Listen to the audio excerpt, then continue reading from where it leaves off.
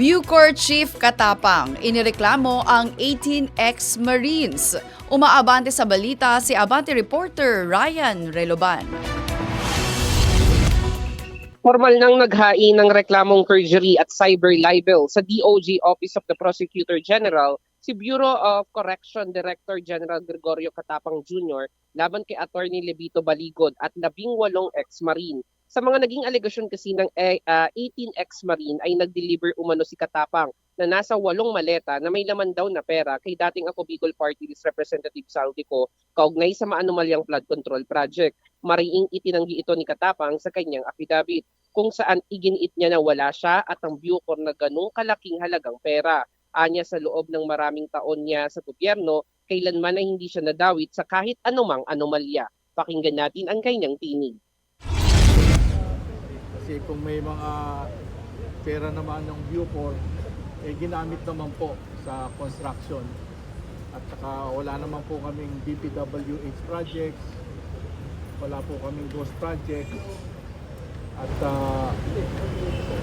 hindi po kami na-involve sa whatever anomalies na sinasabi nila.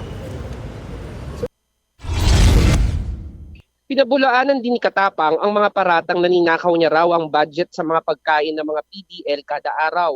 Anya walang katotohanan na 300 pesos ang budget meal ng kada preso, kundi 100 pesos lamang. Giit ni Katapang nakakalungkot at masakit para sa kanya na ireklamo ang mga nakatrabaho niya ng mga sundalo noong siya ay Chief of Staff ng Armed Forces of the Philippines. Pakinggan natin ang kanyang tinig.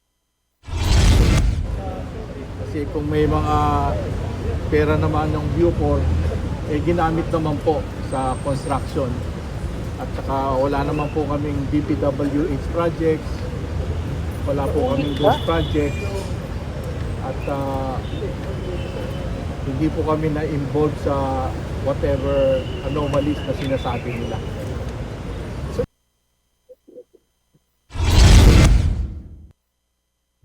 Hiling ni Katapang na malinis ang kanyang pangalan sa lalong madaling panahon at i-withdraw ng dating Marines ang mga naging pahayag laban sa kanya. Wala namang ideya si Katapang kung sino ang nasa likod nitong mga ibinabatong akusasyon sa kanya.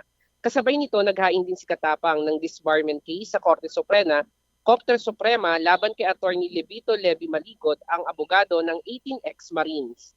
Ako, si Ryan Reloban, Abante.